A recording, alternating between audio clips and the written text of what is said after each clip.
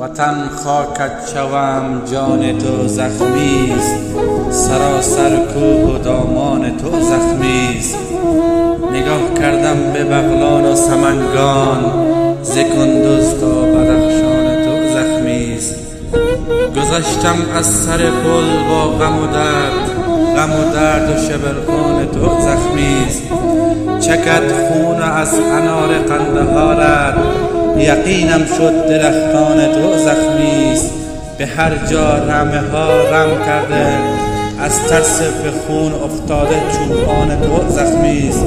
جراحت دیده آهو و پلنگت، به دشت و کوه حیوان تو زخمیست. به خاک بازی اطفالت بمیرم، که روی خاک طفلان تو زخمیست.